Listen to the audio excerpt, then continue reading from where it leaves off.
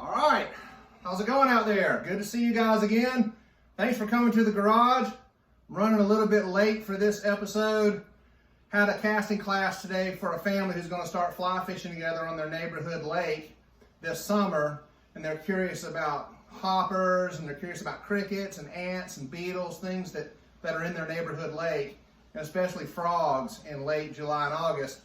So I got to thinking that maybe this would be a great episode to kind of talk a little bit about how flies float on the surface and how to properly dress them. Let me put this down, hold on.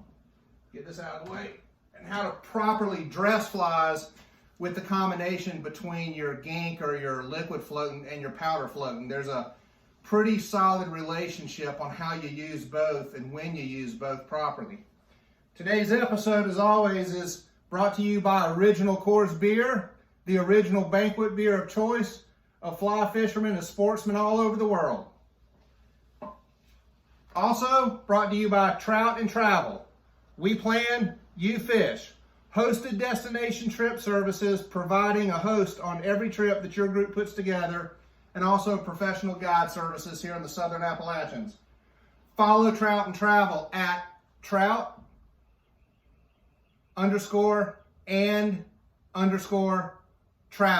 You can also give me some feedback and leave some comments on YouTube for this episode. I'm going to head over here to the dry fly box. I'm going to get out a few dry flies, some powder, some liquid. We're going to show you how to dress up a brand new fly before it gets to the water, and then how to dress up a munched on, chewed up fly after it's been sunk a little bit and you've had some trout eat on it a few times. This is going to be a pretty short episode, but I'm sure you're going to learn a lot. When you're dry fly fishing, you want to make sure you have three things with you at all time. You want to make sure that you have a dry fly chamois dew cloth for sucking the moisture out of a very wet fly, a very moist fly, a fly that a fish has been chewing on for a while, so it's got all that slime on it. This is a chamois cloth that helps dry off that fly very quickly. You want to make sure you have some powder floated. And you want to make sure you have a lot of gel floating. The combination of the use of these three things are essential when you're committing to showing a rising fish a surface bug of anything that you want to float and look natural. The mistake that people make is they'll take gel and they will apply it straight to the fly. They'll just take this, they'll squeeze it onto the fly, and then they'll rub it in. That is no bueno, no good. The proper way to take a very fresh fly that has not been fished yet, you've got it tied onto your tippet, you're ready to fish to it, is put the gel between your finger and your thumbs. I like to put this just a little bit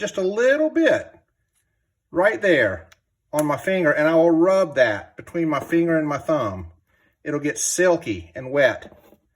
I'll take this dry fly and I'll press what's between my finger and my thumb into the fly. That is how you apply gel. You never squeeze the gel onto the fly.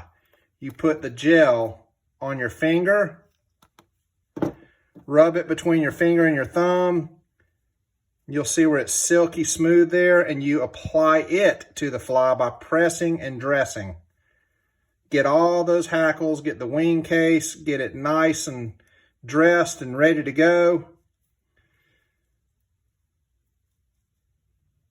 And that's how you apply dry fly gel to a fresh fly that's ready to fish. And now that you've been doing some casting with your dressed fly, you've caught a few of these fish that you've seen.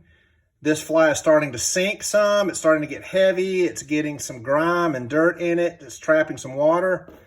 You'll take your chamois cloth and you'll put that fly in there, and you'll close it in and you'll press it like a clamshell. And you'll just kind of apply some pressure and press it, turn it over, suck all the moisture out of the hackles and the wing case of that fly. You'll pop it back to life with your hands. The mistake people make with powder is they open a case, they open the lid, and they drop their fly in it, and then they shake it up, and and it comes out and it looks like a campfire marshmallow. Very unnatural, way too much powder. The proper way to apply powder to a dry fly to keep fishing it is to invert the powder case upside down and then open the lid, and you'll see a patch there on the lid. Take your fly and apply it very slowly and carefully to the powder that's on the patch. Rub the wing case in it, rub the hackles in it, close that up. You'll see some of that powder coming off the fly now, but I'm dressing it with my finger. Now, that's the right amount of powder you want to have on that fly. Now what you will do is you will continue to apply a little bit of gel, just a little bit, half as much as you did when the fly was fresh, and you'll press, once again, that gel into the powder that you've applied to the fly, and you'll dress it up once again.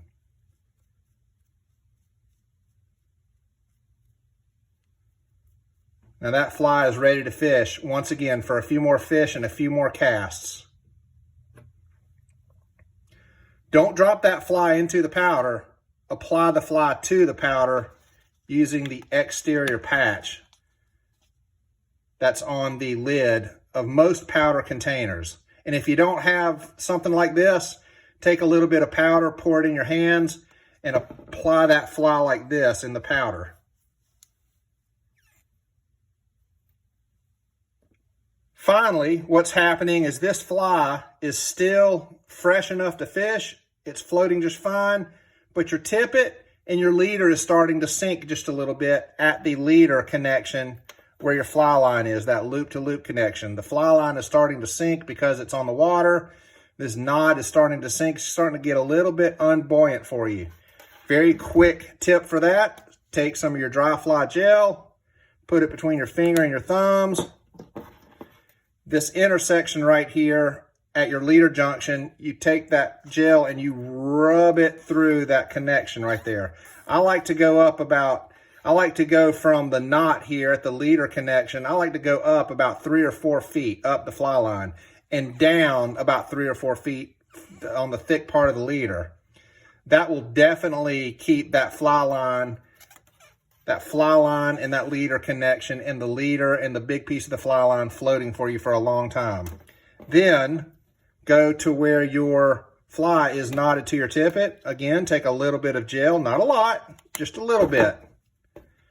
And you will start at the head of that fly where the knot is, and you will dress up that tippet with the dry fly gel.